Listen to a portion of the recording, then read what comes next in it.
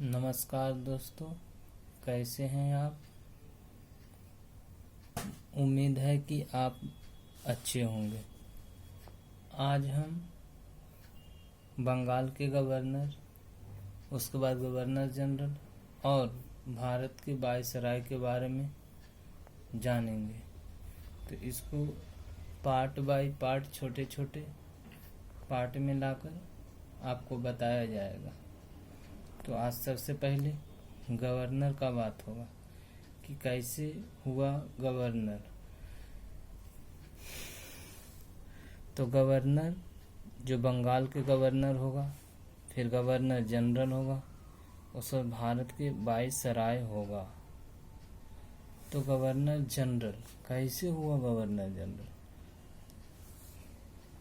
तो 1757 यानी कि 23 जून 1757 को पलासी के मैदान पर लड़ाई हुआ था। पलासी का युद्ध हुआ था। इसके बाद ब्रिटिशों का विजय हुआ था बंगाल के ऊपर। तो बंगाल जीतने के बाद पलासी के युद्ध आने की ब्रिटिशर्स ने जीत लिया 1757 में। इसके बाद क्लाइव को बंगाल का प्रथम गवर्नर जनरल बनाया गया। अंग्रेजी कंपनी जो है भारत पर करीब 150 साल पहले से ही शासन कर रहा था। तो इसमें कोई भी आदमी या व्यक्ति भारत के ऊपर यानी कि भारत के राजाओं को हरा नहीं पाए थे, और लॉर्ड क्लाइव ने आकर ऐसा काम किया। तो ये प्रथम गवर्नर जनरल बंगाल के हुए। मुर्शिदाबाद के दक्षिण 22 मील दूर नदिया जिले में ये लड़ाई हुआ था। पलासी का लड़ाई जो हुआ था मुर्शिदाबाद के दक्षिण 22 मील दूर नदिया जिला में, जहां ब्रिटिश द्वारा बंगाल पर विजय प्राप्त हुआ था।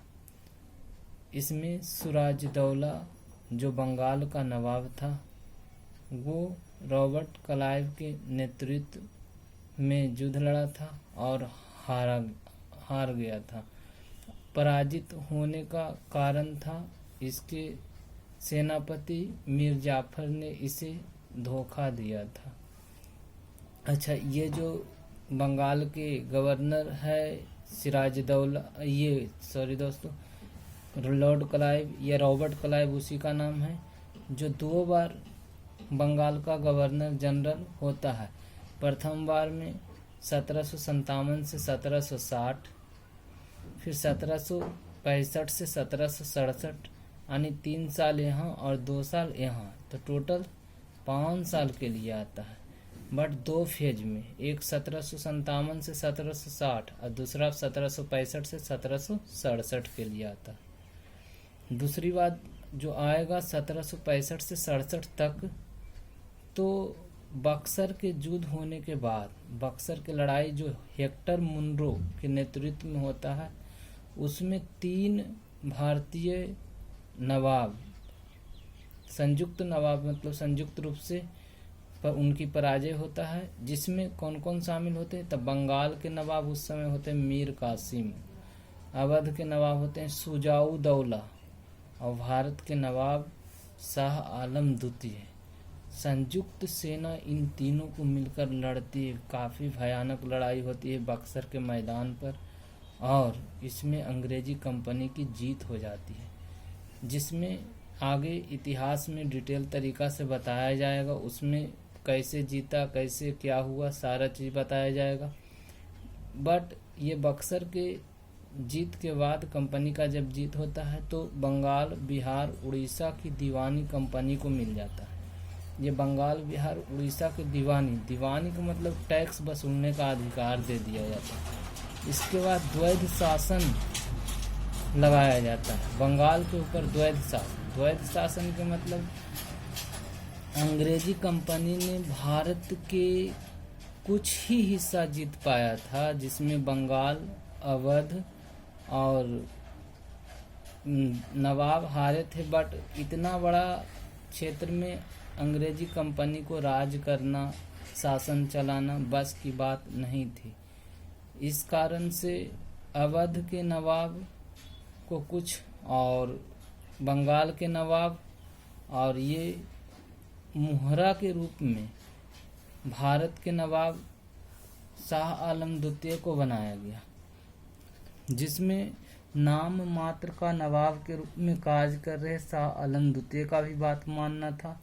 नाम मात्र के थे और मेन रूप जो रियल पावर था वो लॉर्ड क्लाइव के पास चला गया था। तो इसने ये द्वैध शासन लगाया, बट ये द्वैध शासन समाप्त कर देगा कौन? तो वारेन हेस्टिंग्स आकर के।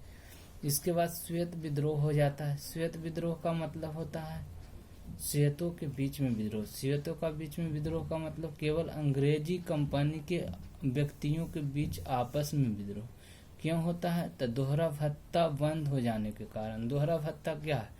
इसमें दोहरा भत्ता में इस समय में कंपनी काफी घाटे में चल गया था और इसमें जितने भी कर्मचारी थे सारे लोग काफी मुनाफे में रहे थे, बट कंपनी घाटे में चला गया था। उसमें बहुत सारे जमींदार राजाओं, भारत के राजाओं द्वारा उपहार के रूप में दिए जाते हैं, जो भी बंद कर दिया गया। दोहरा भत्ता भी बंद कर दिया गया। ये लड़ाई मुंगेर और इलाहाबाद के क्षेत्र में ज्यादा हुआ था 1766 ईस्वी में, याद रखिएगा।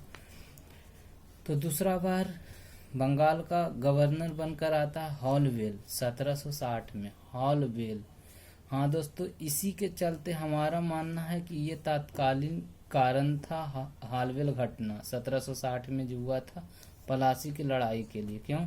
क्योंकि ये बंगाल में एक काल कोठरी, हॉलवेल को काल कोठरी में कहा जाता है कि 150 व्यक्ति या कितने व्यक्ति इसमें बंद कर दिए गए थे। उसमें से 7-8 ही जिंदा बचे थे। उसमें से हॉलवेल बच गया था और वो भागता भागता ये बंगाल के गवर्नर जो बाद में बना क्लाइव, उसके पास आया था। उसको बताया कि हम लोग के आदमी को बंद कर दिया गया है, इसमें से हम लोग इतने ही बचे हैं। तो गुस्से में आकर के पलासी की लड़ाई के बीच में षड्यंत्र रचकर ऐसा किया गया था। ये हॉलवेल घटना के कारण ही हमारा उम्मीद है तत्कालिक कारण यही सबसे बड़ा कारण था। हॉलवेल घटना के कारण ही लिख दिए हैं, तत्कालिक कारण था जो पलासी का युद्ध का। इसके बाद आता है लॉर्ड वेंसिस्टॉट, 1760 से 65 तक रहता है। इसी के काल में लॉर्ड वेंसिस्टॉट के काल में ही बक्सर की लड़ाई होता है। बक्सर की लड़ाई में हेक्टर मुनरो के नेतृत्व में अंग्रेजी कंपनी का जो नेतृत्व करता है हेक्टर मुनरो, उसी के नेतृत्व में होता है लड़ाई। और तीनों संयुक्त सेना यहाँ बताया गया था कि हार हो जाती है। उसके बाद प्रत्यक्ष रूप से भारत पर या कह सकते हैं बंगाल पर ब्रिटिशर्सों का अधिकार हो जाता है। इसके बाद वेंसिस्टॉट के बाद फिर से आता है लॉर्ड क्लाइव। क्यों आता है? क्योंकि इसको कहना रहता है हम तुम लोग को जीत करके दिए और फिर से लड़ गया। अच्छा, ये लड़ भी गया तो वो लोग को लड़ने का हिम्मत कैसे हो गया जो आकर लड़ गए? तो लॉर्ड क्लाइव फिर से आता है, संभालता है 1765 से 67। यहाँ बताया गया था कि शुरू में 1757 से 60 तक जीत करके दिया। उसके बाद फिर से लड़ाई हो गया, फिर आ गया 1765 से 67। अच्छा, इसके बाद ये जाता है लौट करके तो आत्महत्या कर लेता है। इतना बड़ा आदमी, इतना जीत होने के बाद सारे लोग खुश थे इससे, फिर भी ये आत्महत्या कर लिया। तो इसके बारे में हम इतिहास जब पूरी विस्तृत से अध्ययन करेंगे तो बताएंगे। बेरेलेस्ट इसके बाद आता है लॉर्ड बेरेलेस्ट 1767 से 1769। उसके बाद आता है कार्टियर। कार्टियर आता है 1769 से 1772। ये आधुनिक भारत का पहला अकाल, मतलब आधुनिक भारत में जो पहला अकाल आया था इसी के काल में आया था, कार्टियर के काल में 1769 से 72 में पहला अकाल आया था आधुनिक भारत का। ऐसे द्वैध शासन की प्रक्रिया तो स्टार्ट किया था गवर्नर जनरल कौन? लॉर्ड क्लाइव द्वारा द्वैध शासन की प्रक्रिया अपनाया गया था और अंत किया था वारेन हेस्टिंग्स ने।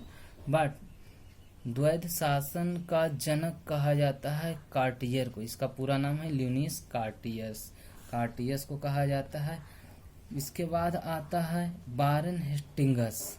वारेन हेस्टिंगस जो अंतिम गवर्नर जनरल होगा, अंतिम, ये आता है तो कुछ दिन पद पर रहता है। उसके बाद ये सोचता है कि भारत में रह रहे लोगों को अच्छी तरह से व्यवस्था करने के लिए कैसे इसको रेगुलेट किया जाए, नियम कानून चलाया जाए।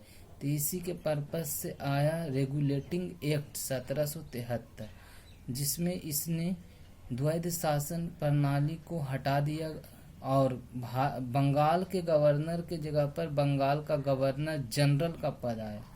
पहले था बंगाल के गवर्नर, तो इसने चेंज कर दिया बंगाल का गवर्नर जनरल, यानी कि अंतिम में सबसे लास्ट में यही बैठा था गवर्नर के पद पर। अब पहले भी नियम कानून चेंज करके यही बैठा, मतलब पहला गवर्नर जनरल भी हुआ और अंतिम गवर्नर भी हुआ। केवल गवर्नर, अंतिम बंगाल के अंतिम गवर्नर कौन? तो वारेन हेस्टिंगस। पहला गवर्नर जनरल कौन बंगाल का? तो वारेन हेस्टिंगस। इसने लाया रेगुलेटिंग एक्ट 1773। कुछ अन्य बातें जान लेते हैं। एक इतिहासकार या कह सकते हैं दार्शनिक जिसका नाम था बर्क, इसने कहा क्लाइव को, ये क्लाइव जो है बड़ी बड़ी नींव रखने वाला व्यक्ति है। और एक और था दूसरा पर्सिवल स्फीयर। इसने बोला क्लाइव जो है भविष्य का अग्रदूत है, क्योंकि कंपनी ने काफी दिनों से शासन किया था, किसी ने भारत को नहीं जीता था, यही आदमी था जो भारत को जीता था। तो फिर से एक बार कर देते हैं। रॉबर्ट क्लाइव 1757 से 60, फिर दूसरी बात 65 से 67, इसने द्वैध शासन का प्रक्रिया लाया था। इसी के काल में प्लासी की लड़ाई हुई थी 23 जून 1757 को। दूसरी बार 1765 से 67 बता दिया, जिसमें इलाहाबाद के 2 संधि भी हुआ था। फिर श्वेत विद्रोह 1766 में हुआ। हालवेल 1760, लॉर्ड बेनस्टॉड 1760 से 65, 60 से 65, फिर क्लाइव आता है 65 से 67, फिर बेरेलस्ट 1767 से 69, और उसके बाद वारेन हेस्टिंगस जो 1772 से 85, 1772 से 85। एक बार फिर से कर देते हैं रिवीजन दोस्तों। लॉर्ड क्लाइव 1757 से 1760, इसके बाद हालबेल 1760, क्लाइव 1757 से 60, हालबेल 1760, लॉर्ड बेनस्टॉड 60 से 65। इसके काल में स्टार्ट हो गया था बक्सर के युद्ध, तो बेनस्टॉड याद रखिएगा स्टॉड। लॉर्ड क्लाइव 65 से 67 बक्सर का युद्ध हुआ, तो ये गुस्से में आया कि हम तुमको जीत के दिए और तुमने फिर लड़ाई कर लिया, और ये आया जीत के, लड़ने की हिम्मत कैसे भारतीय को हो गया। फिर एक बार आके हराया, अद्वैत शासन लगाया था यहाँ पर 1765 से। फिर बेरेलस्ट 1767 से 69, कार्टियर 1769 से 72, और वारेन हेस्टिंगस 1772 से 85। थैंक यू दोस्तों, आज का वीडियो यहीं तक। नेक्स्ट पार्ट आएगा गवर्नर जनरल के ऊपर ही आगे का।